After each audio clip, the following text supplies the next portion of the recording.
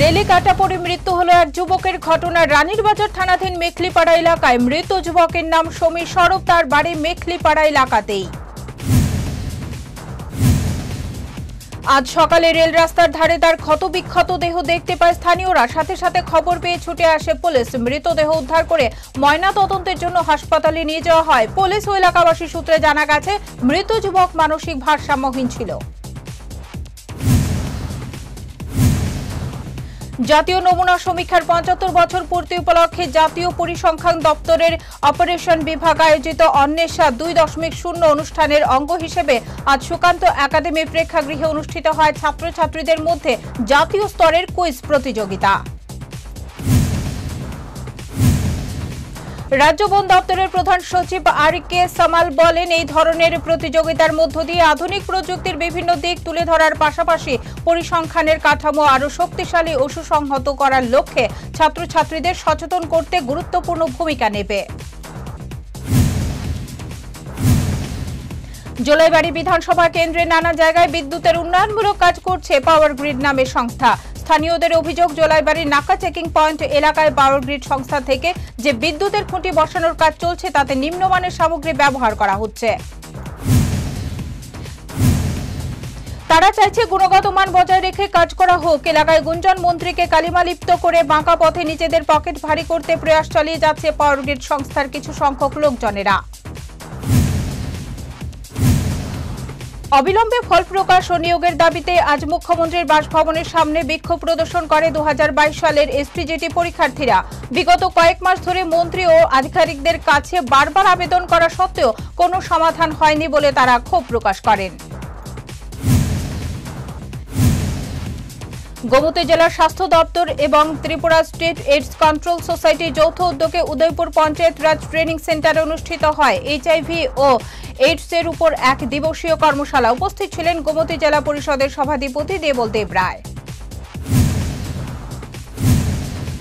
৫ দফা দাবিতে আজ এআইডিএস এর পক্ষ থেকে মাধ্যমিক শিক্ষা অধিকর্তা এনসি শর্মার কাছে ডেপুটেশন প্রদান করা হয়। এর আগে আগরতলা বটতলা এলাকায় বিক্ষোভ প্রদর্শন করা হয়। ধলাই জেলা লংতরায় ভ্যালি বাগছড়া এলাকার উপজাতি ছাত্রী হোস্টেলে গত এক সপ্তাহ ধরে চরম পানীয় জলের সংকটে ভুগছে। হোস্টেলের দায়িত্বপ্রাপ্ত শিক্ষক শিক্ষিকারা জানিয়েছেন, বারবার ডিডব্লিউএস দপ্তরে অভিযোগ জানানো সত্ত্বেও কোনো স্থায়ী সমাধান হয়নি। ঘটনার খবর পেয়ে বৃহস্পতিবার হোস্টেল পরিদর্শনে পৌঁছান ত্রিপুরা রাজ্যের জনজাতি কল্যাণ মন্ত্রী বিকাশ দেববর্মা।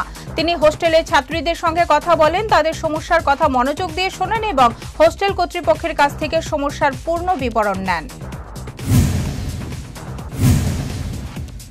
পরিস্থিতির গুরুত্ব অনুধাবন করে মন্ত্রীর সাথে সাথেই ডিডব্লিউএস সহ সংশ্লিষ্ট দপ্তরের আধিকারিকদের সঙ্গে ফোনে যোগাযোগ করেন এবং অবিলম্বে প্রয়োজনীয় ব্যবস্থা গ্রহণের নির্দেশ দেন।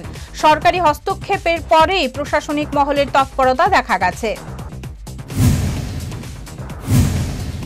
আসন্ন ত্রিপুরা উপজাতি স্বশাসিত জেলা পরিষদ নির্বাচনকে সামনে রেখে বৃহস্পতিবার সন্ধ্যায় করমছড়া বিজেপি মণ্ডলের উদ্যোগে মাছলিছড়া দেবপাড়া একটি সভার আয়োজন করা হয়। সভায় উপস্থিত ছিলেন জনজাতি কল্যাণ মন্ত্রী বিকাশ দেববর্মা। বিগত কিছুদিন পূর্বে ধলাই জেলার নালকাটা এলাকায় ৮২ মাইল প্রপার এসটি বয়েজ হোস্টেলে ১০ম শ্রেণীর ছাত্র জেকিম মারাকের আত্মহত্যার ঘটনায় চাঞ্চল্য ছড়িয়ে পড়ে। পরিস্থিতি মূল্যায়নের জন্য শুক্রবার হোস্টেল পরিদর্শনে যান রাজ্যের জনজাতি কল্যাণ মন্ত্রী বিকাশ দেববর্মা। মন্ত্রী হোস্টেলে দায়িত্বপ্রাপ্ত শিক্ষক ও কর্মীদের সঙ্গে কথা বলেন এবং জেকিমের মৃত্যুর পেছনে কি কারণ থাকতে পারে তার খোঁজ খবর নেন। তিনি ছাত্রের অকাল মৃত্যুতে গভীর দুঃখ প্রকাশ করেন এবং বলেন, এই ধরনের ঘটনা যেন আর না ঘটে তার জন্য অভিভাবক ও শিক্ষকদের আরও সচেতন হতে হবে।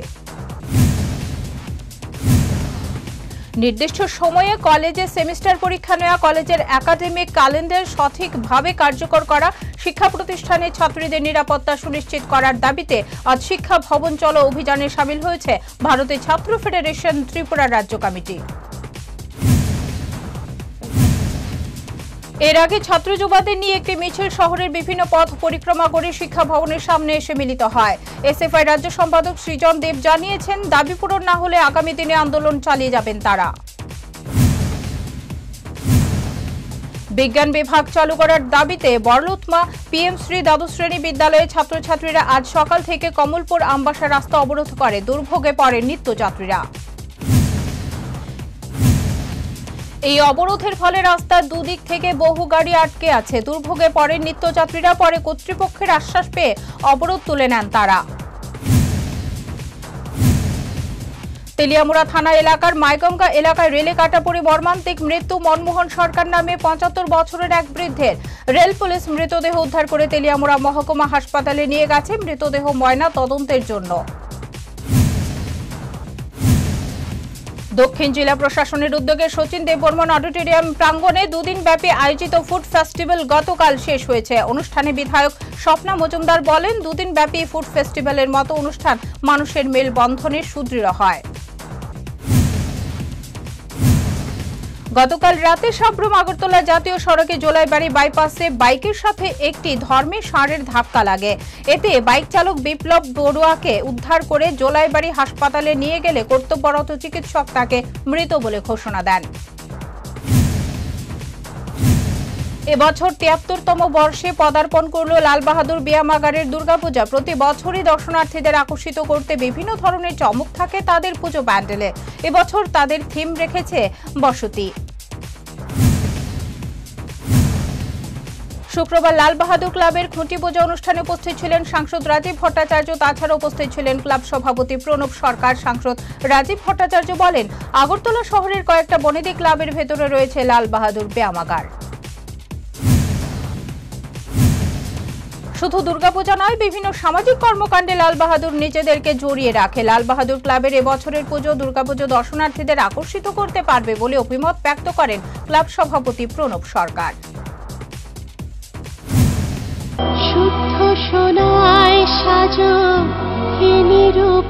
শুদ্ধতার স্বর্ণ মন্দির, কালিকা জুয়েলার্স, আগরতলা।